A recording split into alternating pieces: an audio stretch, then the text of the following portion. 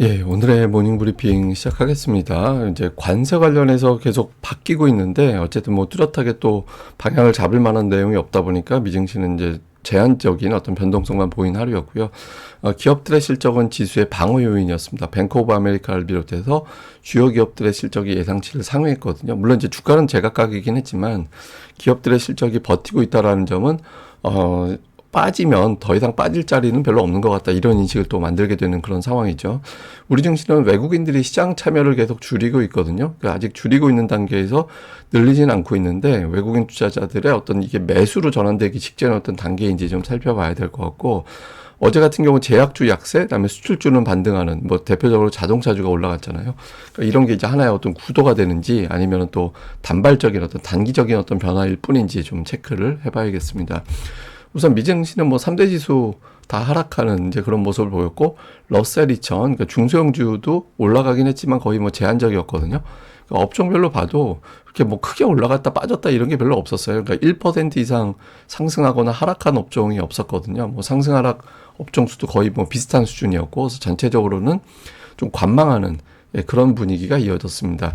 뭐 재료들도 그렇게 크게 나온 건 없는데, 다만 그 백악관 대변인이 중국과의 협상이 열려 있다, 이런 이야기를 하면서 협상에 나설 것을 촉구하는 듯한 이런 메시지를 내놨거든요. 근데 이게 이제 그냥 일상적인 메시지고 당연할 수 있는데, 한편으로 보면 중국과의 아직까지 협상이 없구나, 수면 아래 물밑에서 어떤 접촉이 진행되고 있는 게 없구나라는 거를 보여주는 대목이잖아요. 그래서 이 점은 지금 메인을 중국과의 협상으로 보고 있거든요. 뭐 제이미 다이먼 같은 경우도 중국과의 협상을 빨리 해야 된다, 더 이상 무역 전쟁 격화되기 전에 중국과의 빨리 협상을 해야 된다, 이런 메시지가 나오고 있습니다. 이제 그러다 보니까 이 점은 이제 조금씩 투자들이 좀 약간 실망하는 그런 재료가 있었고, 뭐 증권사들도 대체로 기업들의 실적이 잘 나오곤 있지만 지금 증시의 유일한 재료는 관세 문제다, 그러니까 관세 관련해서 긍정적인 메시지가 나와야 시장이 움직일 수 있다, 또 이렇게 평가를 하고 있습니다. 그리고 경제 전망, 계속 증시 전망 어둡게 보고 있잖아요. 뭐 골드만삭스에서는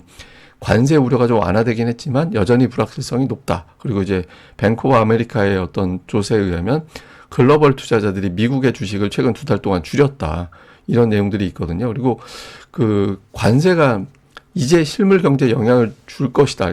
아직까지는 실물 지표, 예를 들어서 뭐 소매 판매를 비롯해서 심리 지표 말고 실물 지표가 뭐 실업률 이런 것들도 포함하는 거죠. 미국 경제에 영향을 주고 있지는 않았거든요. 그러니까 심리 지표는 대부분 다 안 좋았지만 그 설문하는 지표들 있잖아요. 이런 건 안 좋았는데 이제부터는 실물 지표가 관세의 영향을 받기 시작할 거다, 이걸 좀 조심해야 된다, 그러니까 이런 주장도 있습니다. 그리고 뭐 기업들 실적 아무리 좋게 나와도 이거 관세 영향 받은 데이터 아니잖아요. 1분기는 관세 영향 없이 실적이 나온 거기 때문에 이제부터 뭐 좀 주의를 해야 된다, 이런 식의 어떤 내용들이 자꾸 나오다 보니까 투자자들이 아주 올라가기는 좀 애매한 날이었구나, 이렇게 또 판단을 했던 것 같습니다. 그리고 지수 전망이 계속해서 하향되고 있어요. 지금 23곳 중에서 13곳이 증시 전망을 하향하는 그런 어떤 이제 수정된 목표 지수가 나왔거든요. 오늘 같은 경우 제프리스에서도 6,000에서 5,300으로 하향을 하는 그런 모습이 있었고, 이제 그러다 보니까 안전한 게 대형주다라고 해서 대형주 쪽 ETF에 자금이 들어오는 반면에 그 외 쪽은 자금이 빠져나가는 그런 모습이 나오고 있고요. 특히 이제 주목해볼 만한 게 하이힐드, 그러니까 이제 그 조금 어려움이 있는 어떤 기업들, 상대적으로 부실한 기업들, 그런 채권 이런 쪽에 투자하는 펀드 쪽은 자금이 빠져나가고 있습니다. 이거 뭐냐면, 이거 여차하면 그 재무 상태 안 좋은 기업들은 파산할지도 모르겠는데 이런 걱정이 있다라는 거예요. 그래서 전체적으로 보면 좀 몸을 사리고 안전한 것이 좋겠다, 이런 좀 과감할 때 주식시장이 좀 좋은데 지금은 전체적으로 좀 몸을 사리는 그런 자금의 움직임이 나오고 있다라는 거죠. 그래서 시장이 좀 연속적으로 쭉쭉 올라가기에는 좀 부담되는 거 아닌가, 이렇게 이제 생각하는 투자들이 많이 있었던 것 같습니다. 실제로 보면 그 미국 경제가 연착륙할까요, 경착륙할까요, 이런 거 이제 물어보는 설문을 하거든요. 근데 답변이 지난달하고 확 바뀌었어요. 그러니까 지난달 같은 경우는 경착륙 가능성 11%, 연착륙 가능성이 64%였거든요. 근데 이번 달 같은 경우, 이번 설문 같은 경우는 그 경착륙할 것이다가 무려 49%, 그러니까 11%에서 49%로 올라갔어요. 그리고 연착륙 확률은 64%에서 37%로 줄었고, 우리가 관세 전쟁 때문에 강제로 그냥 그러니까 미국 경제가 침체로 갈지도 모르겠구나, 이런 걱정을 한다라는 거죠. 그래서 전반적으로 좀 관세가 모든 이슈를 다 잠식해버리는 이제 그런 상황이 나오고 있습니다.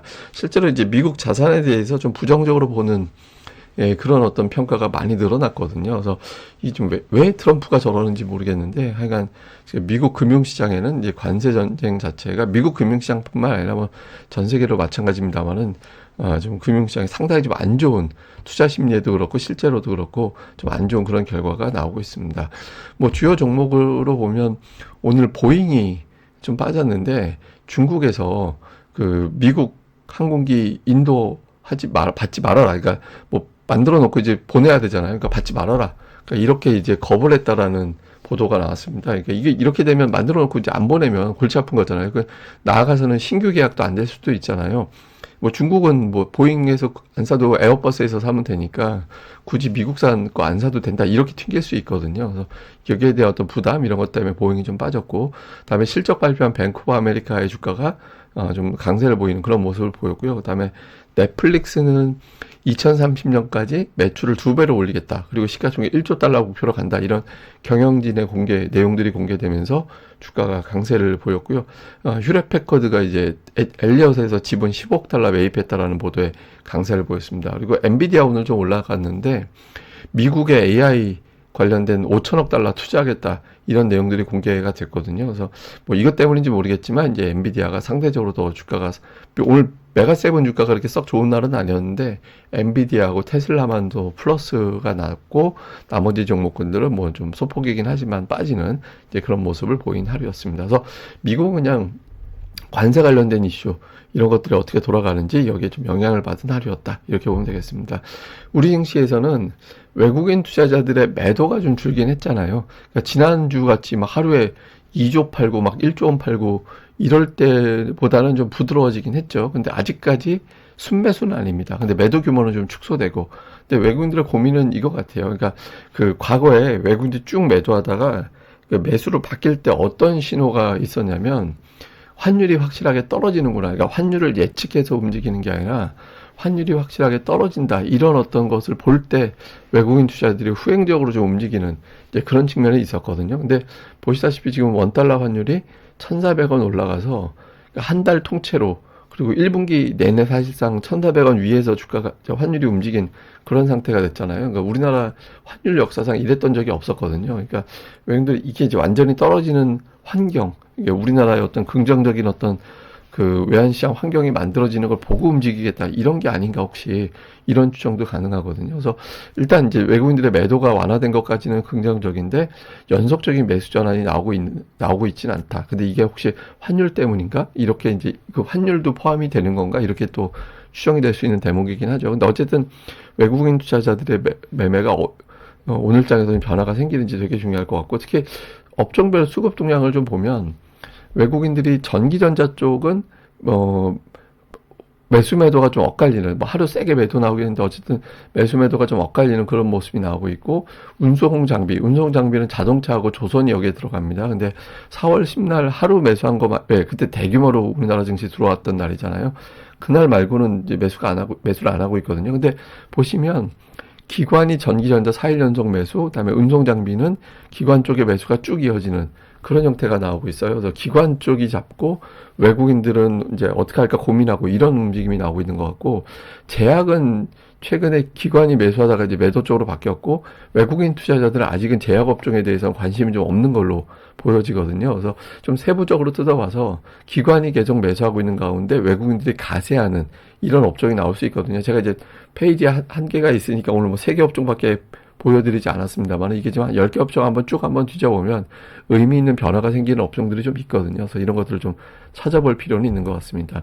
그리고 코스닥 시장은 제가 뭐 말씀드렸던 60분기선이 상당히 중요한 위치가 된다. 그러니까 이 자리가 코스닥은 대체로 바닥이 되는 위치, 이렇게 설명을 드렸었잖아요. 지금 실제로 그 아래에서부터 꼬리 달고 올라가서 양봉까지 나왔거든요.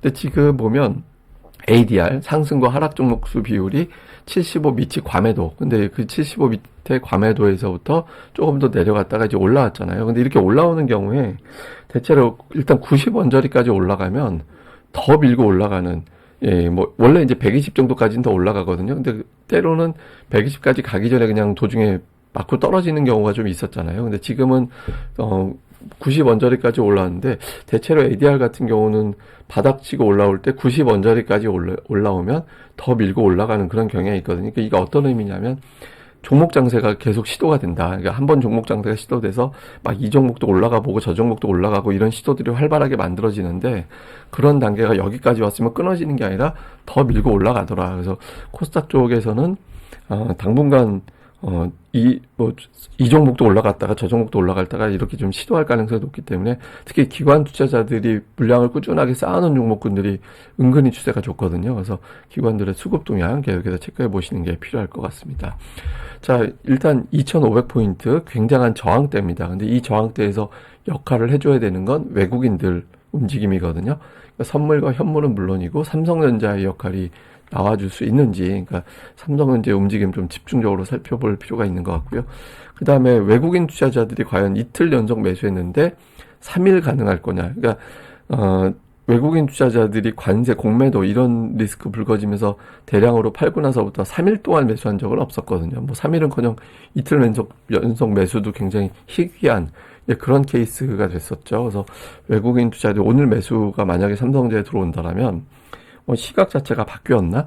그러니까 이렇게 또 평가가 될 수 있거든요. 그래서 이런 점. 그 다음에 이제 무역협상 앞두고 있는 상태가 되고 있죠. 그래서 무역협상 앞두고 관련된 종목군들의 변화. 이제 그 관련된 종목군들은 우선 1차적으로는 주요 수출주, 뭐 반도체라든가 자동차라든가 이런 것들이 하나의 어떤 관련주가 될 수 있는 거고, 또 하나의 관련주로 될 수 있는 거는 협상에서 우리가 내놓을 카드, 예를 들어서 조선이라든가 알래스카 개발이라든가 이런 것들이 또 관련주가 될 수 있잖아요. 그러니까 어느 쪽 우리나라가 내줄 것에 종목군들이 움직이느냐, 받을 수 있는 쪽의 종목들이 움직이느냐, 이건 또 상징적인 어떤 의미가 있거든요. 그래서 이런 쪽의 종목군들 볼 필요가 있고, 코스닥은 지금 메인 주도주가 별로 안 보이거든요. 뭐 예를 들어서 뭐 2차 전지, 제약바이오, 반도체, 로봇 등등의 종목군들이 이게 돌아가면서 움직이지, 이제 쭉 하고 시장을 끌어올리는 듯한 그런 종목군들이 아직 나오고 있지는 않습니다. 그래서 좀 순환매 차원이 보여지고 있는데, 코스닥도 지금 거의 저항대 근접해 가고 있는 상태거든요. 그래서 여기서 어떤 메인 대장주 역할을 하니까 일주일에 3일 이상 올라가면 그게 메인이 되거든요. 그래서 그런 종목들이 나오게 되는지도 좀 체크를 해봐야 될 것 같습니다. 예, 그리고 이게 이제 미국이 올해 어떤 게 있냐면, 그 성장 전망이 다 주요국 중에서 가장 가파르게 하락하는, 예, 그런 형태가 나오고 있어요. 그러니까 뭐 예를 들어서 뭐 유럽도 그렇고 뭐 신흥시장이라든가 등등은 뭐 하향되긴 하지만 최근 들어서 가파르게 성장 전망을 하향하거나 그렇게 되지는 않고 있는데, 그러니까 미국은 굉장히 가파르게 하락이 되고 있거든요. 그래서 이건 두 가지 의미가 되죠. 그러니까 미국 주식시장에 대한 불안감이 이어질 수 있다라고 보는 해석이 있고, 또 하나는 이제 어떤 해석이 있냐면, 그러니까 미국의 그동안 주식시장이 엄청나게 강했었잖아요. 몇 년 동안. 그러니까 그런 어떤 곳을 차라리 다른 나라 쪽이 더 안전할 것 같다. 그 트럼프라는 어떤 변수가 또 있기 때문에 다른 나라에 투자하는 게 맞지 않을까? 그러니까 이렇게 보는 시각도 있거든요. 그래서 이게 이제 다른 뭐 우리나라를 비롯해서 뭐 유럽의 일부 국가라든가 이런 쪽으로 자금이 넘어갈 가능성도 있다라는 주장이 있습니다. 뭐 근데 구체적으로 최근 들어서 외국인들 자금 동향 봐서는 그렇게 움직이고 있지는 않은데, 이번 관세 국면 넘어가면서 그런 대상국으로 좀 지적되는 국가들, 우리나라도 포함이 되고 뭐 유럽도 좀 포함이 되거든요. 그래서 이런 쪽에 좀 자금이 들어오게 되는지, 이런 것들은 향후에 뭐 계속해서 외국인들 동향을 좀 체크는 해봐야 될 것 같습니다. 그러니까 이런 분석은 있는데 돈은 안 들어오고 있거든요. 그래서 혹시 모르니까 이제 이런 분석도 있다 정도로만 알고 계시면 될 것 같습니다. 예, 그럼 또 오늘 하루 또 잘 보내시고요. 저는 또 다음에 뵙겠습니다. 이 방송 구독하기와 좋아요, 예, 꼭 부탁드립니다. 감사합니다.